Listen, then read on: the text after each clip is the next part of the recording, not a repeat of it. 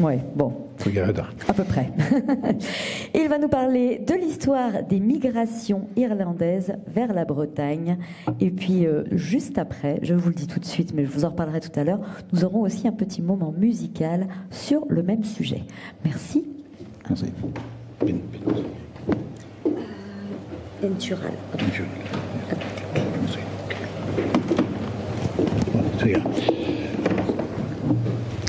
Trugereider Morwen a Trugereider de Sheila Wahanon han de gerege bezonnig just vid digeri ma venet koos die ben breis in Europa een douarneve a geninizi en ikke diverson heb ken mus changet pa wenne preenti ar penakosma hag benefin martezelaring un lebet trau die ben namzer vraiment. On m'a demandé de faire un petit tour dans l'histoire de la migration irlandaise vers la Bretagne. Et comme vous allez voir, comme le thème de cette année du festival, c'est you will see and hear from our cousin from America, and in the 19th century they had their cousin at the same time. Une nouvelle chose, je pense, sur l'histoire de la migration irlandaise un peu partout dans le monde. Et je voudrais peut-être aussi, enfin, il y aura peut-être quelques remarques ou quelques réflexions, des réflexions profitables, comme disaient les prêtres autrefois en Bretagne, sur la migration en général. Alors, la migration irlandaise qui a touché la Bretagne le plus se passe entre à peu près 1590-1600 et 1750, c'est-à-dire la fin du XVIe jusqu'au milieu, vers la fin du XVIIIe siècle. C'est la grande époque de la migration irlandaise en Bretagne comme en France et en Espagne également. Alors, comme vous voyez, les Irlandais partaient vers plusieurs destinations. À cette époque-là, la migration est causée par la colonisation, évidemment, en Irlande, les guerres et les famines qui s'en suivent, plus un petit filet de migration issu du clergé qui n'a plus le droit d'éduquer, de former des jeunes, ni des bonnes sœurs non plus en Irlande. Et aussi les marchands irlandais qui se mettent à trafiquer, on va en parler tout à l'heure avec les Nantais, qui se mettent à trafiquer sur la façade atlantique de l'Europe et vers les Amériques. Donc la plupart de la migration est civile et militaire. On a cité à l'époque, au XVIIIe siècle, un chiffre de 450 000 Irlandais qui seraient arrivés en France pendant tout l'Ancien Régime. C'est un peu élevé, mais je pense qu'un chiffre entre peut-être 150 000, peut-être même 200 000, surtout l'Ancien Régime, vers la France, ça me paraît probable. Et de la proportion qui est venue en Bretagne, difficile à dire, mais ça pourrait se situer peut-être entre 30, 40 000 peut-être personnes sur toute cette période. C'est donc la plus grande immigration, selon Jean-François Dubost, spécialiste des étrangers sous l'Ancien Régime. C'est la plus grande immigration civile vers la France à cette époque-là. Alors l'émigration, cette immigration qui part donc vers la Grande-Bretagne, vers la France, l'Espagne, les Flandres. La Bretagne, évidemment, est le premier point du continent, le point le plus proche, la terre voisine d'Irlande sur le continent. Il est logique qu'un bon nombre des émigrés, même ceux qui partaient vers l'Espagne, sont retrouvés parfois en Bretagne également. Il faut noter aussi que l'immigration touche toutes les classes des catholiques irlandais et pendant l'Ancien Régime en Bretagne, on trouve toute la gamme sociale. Cela va des mendiants aux colonels, les évêques, en passant par les artisans, les domestiques, quelques notables, des maîtres d'école, des marchands. Les plus modestes arrivent d'abord à la fin du XVIe siècle et ils font surface dans les registres paroissiaux et quelques décisions municipales à leur sujet. Et on va parler tout à l'heure du spectacle musical Les Irlandais de Bretagne. C'est pas les Irlandais en Bretagne, mais c'est les Irlandais de Bretagne, donc ils sont restés en Bretagne. Les musiciens qui ont créé ce spectacle ont été justement sensibles à cette diversité sociale, à la diversité humaine et aux histoires très humaines qu'on trouve en étudiant cette matière. Alors en Bretagne, quand ils arrivent, ils se dispersent un peu partout dans la province. Quand ils sont autour des villes, en général, ils sont extramuros. Ils sont juste à l'extérieur des villes. C'est le cas notamment à Quimper, par exemple, où il y a une colonie irlandaise assez importante, une communauté irlandaise assez importante à partir de 1640 à peu près. Mais on les retrouve aussi un peu à travers toutes les campagnes bretonnes. Par exemple, dans le centre-Bretagne, il y a eu des groupes, des noyaux de familles ou des communautés qui se sont installés sur toute la zone. Et ce qui est très intéressant, c'est que, par exemple, dans le coin du pays Pline, autour de Lanrivain, Saint-Nicolas-du-Pelem, il y a des villes qui sont jumelées avec des villes d'Irlande de la même région, d'où venaient des immigrants qui étaient là, qui se sont installés là au XVIIe siècle. Donc, à l'époque où on lançait les jumelages entre la Bretagne et l'Irlande, donc un lien qui a eu énormément de succès, comme vous le savez tous, je pense. Les gens ne savaient pas, mais en fait, il y a une dimension historique, les liens entre ces coins-là et les régions d'origine des anciens migrants remontent à 4 siècles à peu près. Donc, c'est en quelque sorte une toile de fond pour aujourd'hui. Les noms des migrants, dans un premier temps, en général, ils étaient gaélophones, comme je le suis. Les formes dans les registres de paroisse sont les prêtres ont beaucoup de mal à les noter, mais on voit très souvent les formes gaéliques, c'est-à-dire les formes notamment des noms de famille, en langue irlandaise, en langue gaélique. On trouve des occurrences irlandaises dans la majorité des paroisses de toute la province. C'est la conclusion du travail énorme qu'a fait Madame Patricia Dagier de Quimper, une généalogiste. Certains d'entre vous connaissez peut-être son travail. Et qui est disponible en ligne. Vous avez un énorme document qu'elle met gratuitement à la disposition du public. Je vous renvoie, vous verrez la masse de données qu'elle a relevées dans les registres de paroisse et d'autres registres aussi administratifs. Donc je vous renvoie. Et Madame Dagier également a contribué à l'étude de la diaspora bretonne. Vous savez peut-être qu'elle a publié un livre sur les ancêtres de Jacques Kerouac. Donc, c'est un travail qui est intéressant aussi. Alors, l'accueil de ces Irlandais se passe plutôt bien. Bon, il y a quelques édits, les chassons au même titre que les chiens et les pourceaux, mais ça, c'est plutôt l'exception qui confirme la règle. Ils sont bien accueillis par le clergé. Le clergé d'abord favorise les catholiques irlandais.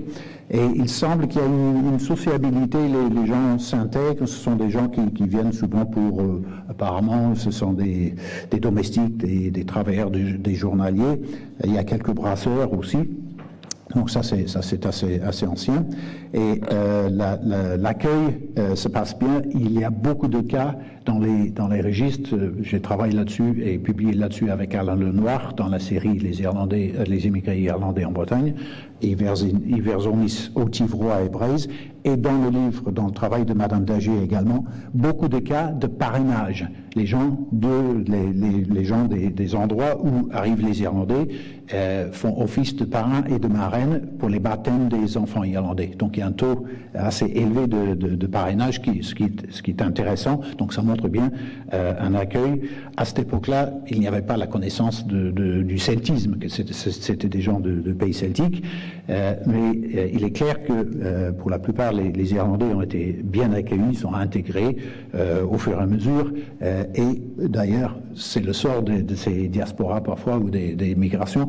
Il y en a beaucoup qui en font dans la population, soit par le mariage des filles, ou autrement l'assimilation des noms de famille. Par exemple, un exemple qu'on peut trouver assez un peu inattendu, c'est par exemple le nom de famille O'Rourke, qui devient le Roux, à cause du Rourke, qui est de la prononciation gaélique.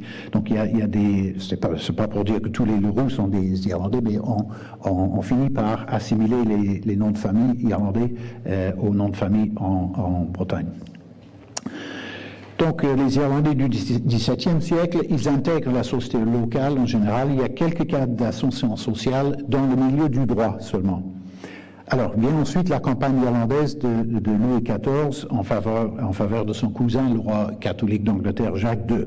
Alors, des régiments français, sont envoyés en Irlande soutenir la cause du roi anglais avec des militaires irlandais derrière qui avaient servi en France. Et Brest est le port de passage pour cette expédition, comme Brest le sera pour d'autres expéditions au cours du XVIIIe siècle.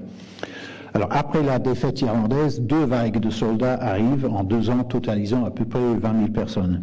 Ces soldats ne restent pas en Bretagne, mais au cours quand même du siècle qui suit, les Irlandais continuent à être nombreux à s'installer en Bretagne. Nantes devient un grand métropole, un grand pôle de cette migration. Ailleurs en Bretagne, des régiments logent dans les villes. Le 2e plus grand séminaire irlandais au monde, par le nombre, se trouve à Nantes jusqu'à la Révolution. Il y a des marchands irlandais, Erwan Chartier les a mentionnés tout à l'heure, les marchands irlandais de Nantes et de Saint-Malo ramassent des fortunes par le commerce. Il y a des familles comme les Walsh, Shield et Stapleton par exemple, et eux passent ensuite outre-Atlantique. Ils achètent, plusieurs d'entre eux achètent des terres dans les Antilles où ils font la traite et ils suivent le mouvement de la colonisation des îles. Alors, ensuite, qu'est-ce qui reste de cette période? Il y a quelques noms de familles qui ont quand même survécu, comme par exemple les Crohan à Brest. Il y a le nom de famille Boelly en Centre-Bretagne qui semble remonter à des Irlandais de ce nom-là. C'est les O'Buchela, Buckley de Cork. Il y a la tour de l'église de Pomricht dans le Trégor qui porte des lettres gravées confirmant qu'un Irlandais l'avait construite. Et puis, il y a quelques de jolis hôtels particuliers à la Fosse, à Nantes, qui appartenaient aux marchands irlandais très, très riches. On me dit, je n'ai pas étudié la question de paix, mais plusieurs personnes en Bretagne ayant fait des recherches ADN ont trouvé que la zone géographique des origines était l'Irlande. Donc ça, c'est une autre piste à suivre. Alors, le spectacle musical, les Irlandais de Bretagne, donc, raconte cette migration, et notamment celle des gens ordinaires. Et je trouve intéressant ce spectacle montre, pour revenir un peu au propos de Martin et de Trevor ce matin, quelle est, si vous voulez, l'influence de la Bretagne à travers le monde? Une des influences certainement dans le genre soft power, comme on dit maintenant en français d'ailleurs, c'est à la mode. Soft power, c'est la musique et les chants. Et je trouve intéressant que ce spectacle donc fait connaître cette histoire, ce moment historique de la migration irlandaise en Bretagne.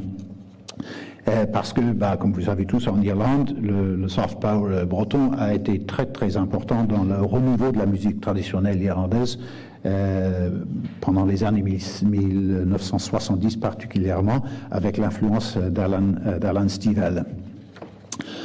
Alors la migration donc des Irlandais s'affaisse au cours du XVIIIe siècle. Les militaires se tournent vers d'autres destinations en Europe centrale et vers l'armée anglaise même. Au XIXe siècle, on a quelques échanges avec l'Irlande quand même et la Bretagne à petite échelle. Par exemple, l'introduction de la dentelle irlandaise par des ouvrières venues du comté Monaghan dans le pays de Léon. Et puis au XXe siècle, nous avons les échanges autour de la musique, l'identité celtique et les jumelages entre, c'est pas une migration, mais les jumelages, ça mène à des migrations, des échanges de personnes quand même, les jumelages entre la Bretagne et l'Irlande, donc qui est un réseau très concret de liens qui unissent les deux pays. Et des Irlandais viennent de nouveau s'installer en Bretagne depuis une cinquantaine d'années en nombre quand même. Il y a des pubs irlandais dont certains sont tenus par les Irlandais. Alors le berceau de cette migration vers la Bretagne semble être la province du Munster. Donc les axes migratoires, j'allais vous montrer juste assez le spectacle, j'ai oublié de passer les Irlandais de Bretagne dont va parler Véronique tout à l'heure. la migration, par exemple, l'étude des noms de famille montre quand même une concentration dans la partie sud-ouest de l'Irlande dans un premier temps. Après, c'est un peu partout. Et c'est en étudiant, donc ça c'est une autre, voilà, c'est en étudiant par hasard, enfin pas par hasard, mais dans un projet de recherche, l'immigration outre-Atlantique qu'on trouve les premiers Irlandais des Amériques, de l'Amérique du Nord et des Antilles, en même temps qu'ils arrivent en Bretagne. La chronologie est pratiquement la même. À Montserrat, par exemple, une liste d'habitants irlandais de 1654 a les noms de famille suivants qu'on trouve en Bretagne: Sullivan, Barry, Connell, Callahan, Reardon, Morrish. Donc on a évidemment la même origine. Cette histoire n'a pas été tellement étudiée en Irlande. Un historien irlando-américain, Michael O'Brien, a fait un travail pour essayer de dégager un peu ce qu'il a trouvé dans les registres, notamment juridiques, dans les premières colonies anglaises en Amérique du Nord. Il a fait ce livre-là. Et en France, plus récemment, Elodie Perrault-Kléber a fait une étude très importante sur les premiers Irlandais du Nouveau Monde, c'est-à-dire des travailleurs engagés. C'est encore des gens très modestes qui partent aux Amériques comme travailleurs engagés, donc dans des situations assez dures. En fait, donc la migration vers l'Amérique, quand ça passe à des centaines de personnes, ça commence vers 1620, c'est-à-dire un petit peu plus tard que la Bretagne, mais pas tellement. Et en fait, c'est plutôt là que ça commence, et non pas, comme le pensent les historiens universitaires, avec les Scotch-Irish, des protestants, des colons anglais ou écossais en Irlande qui partent aux États-Unis. On dit que oui, tout ça commence vers 1680. Eh bien non, quand on regarde bien les faits, les données historiques, et puis la comparaison avec la Bretagne et l'Espagne, et d'autres régions de l'ouest de la France, on est obligé de revoir la chronologie donc de cette migration vers l'Amérique. Donc les cousins d'Amérique, pour nous les Irlandais, sont là depuis plus longtemps qu'on ne pensait. Et donc voilà la carte, si vous voulez, de la migration irlandaise au XVIIe siècle. Donc ils allaient très loin. Et les premiers sont arrivés jusqu'à l'Amazone dans les années 1620. Donc, on a parlé tout à l'heure de la politique du gouvernement irlandais par rapport à toute cette diaspora qui est un peu partout dans le monde. Une chose en ce qui concerne la Bretagne, puisqu'on parle du spectacle des Irlandais en Bretagne, ça va tourner en Irlande, et je pense que ce sera utile pour attirer, remonter le profil de la Bretagne en Irlande. J'étais hier au musée des Johnny à Roscoff, qui est très intéressant, et les Johnny, se disaient bretons, et les Anglais disaient oui, vous êtes des Frenchmen, au point que certains d'entre eux ont commencé à mettre des bérets, à faire les Français, alors que eux-mêmes disaient non, on a essayé de leur expliquer qu'on était bretons. En Bretagne, la connaissance, la conscience de l'Irlande est très élevée. En Irlande, il y a du travail à faire, notamment il y a beaucoup de gens au niveau des comités de jumelage, de la communauté musicale, qui savent que la Bretagne est un endroit spécifique, est une région spécifique avec la langue, mais je pense qu'il y a du travail à faire, notamment au niveau, par exemple, de la culture, de la musique et de l'enseignement même de la langue bretonne, qui est quand même une langue parente de l'irlandais, et ce sont des moyens, si vous voulez, pour essayer de faire progresser la conscience là-dessus. Et évidemment aussi, il y a les liens économiques qui se resserrent un petit peu depuis quelques années avec les suites du Brexit entre la Bretagne et l'Irlande. Sais-tu, vid échui, redvefe neuze Aston Benoz Bulcha, Liamu, Zoetre Breis Agiverson, Breistol Koste Iverson. Sais-tu l'arbre vefe utile d'Auber, vid Rudel Ranvo, vel just, klask Sacha Mur Eves, war Breis, war Sevenadur Breis, Soneres, a tout de Narzu, tre nenze, tre soft power Breis Martese, te me ben de Jean Centraux et Spirit Poblanciversum. Merci. Together.